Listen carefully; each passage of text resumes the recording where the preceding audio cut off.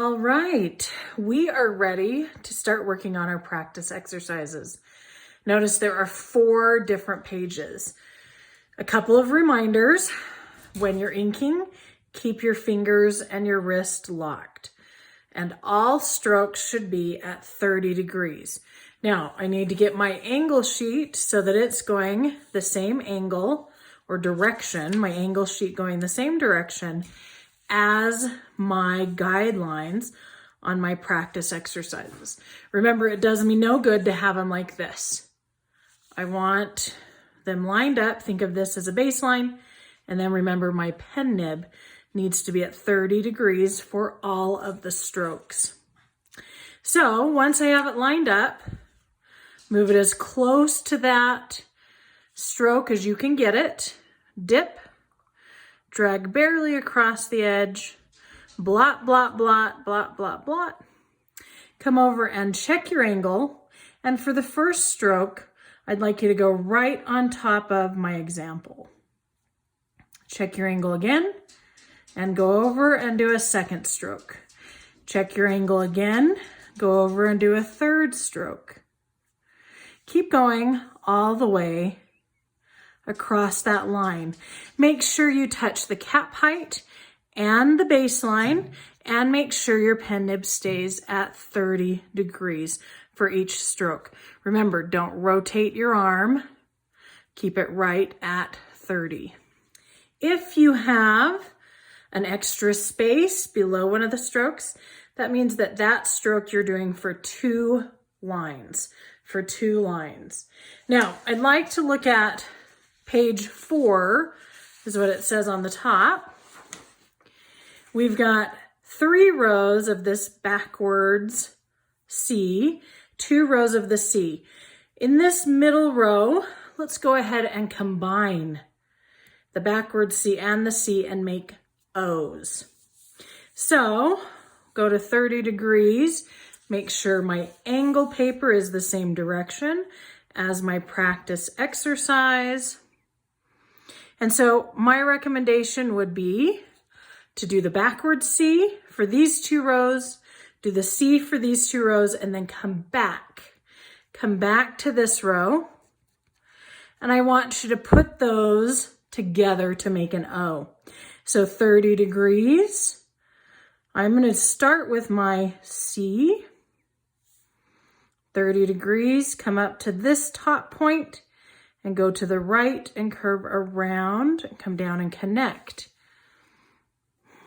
Slide my angle paper over, check my 30 degrees, do my C,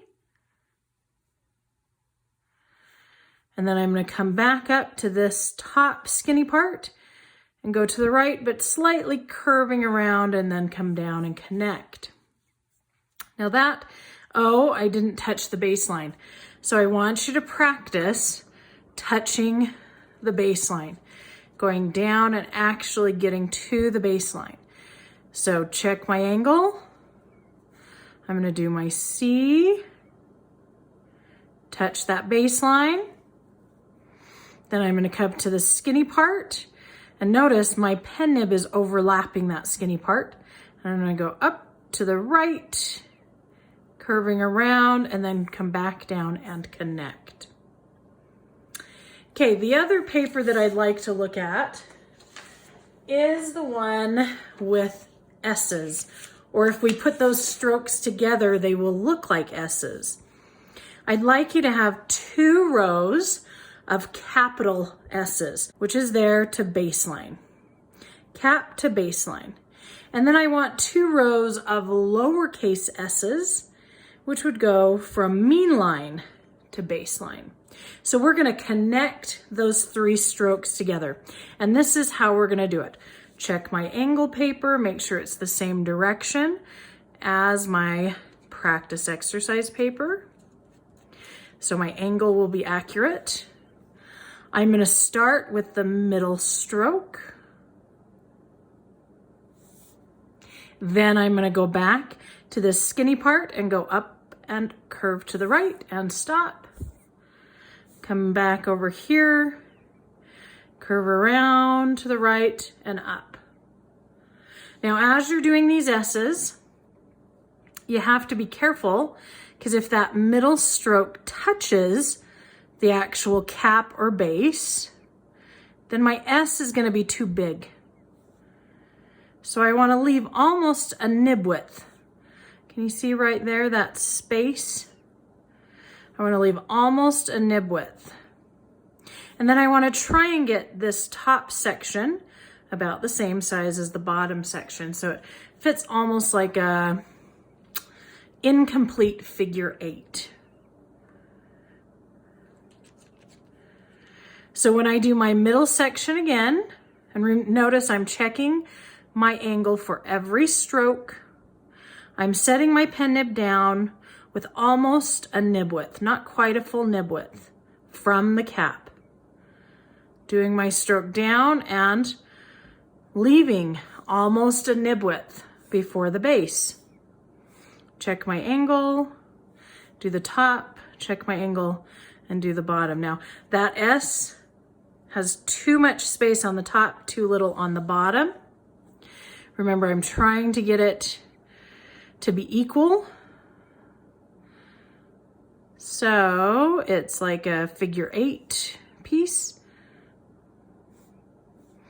I'm keeping my fingers and my wrist locked, and that one looks pretty good. I want 2 rows of capital S's, and then for the lowercase, remember we're going from mean to base.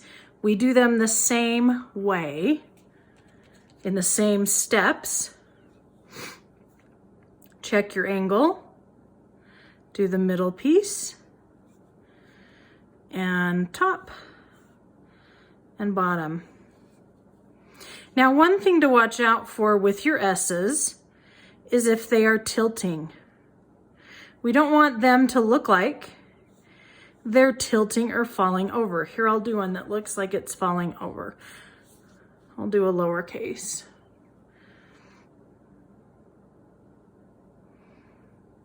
So see how that S looks like it's tilting, it's gonna fall over? That is because of this middle stroke.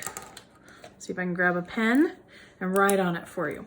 This middle stroke, its angle is like this, and it needs to go back more like that.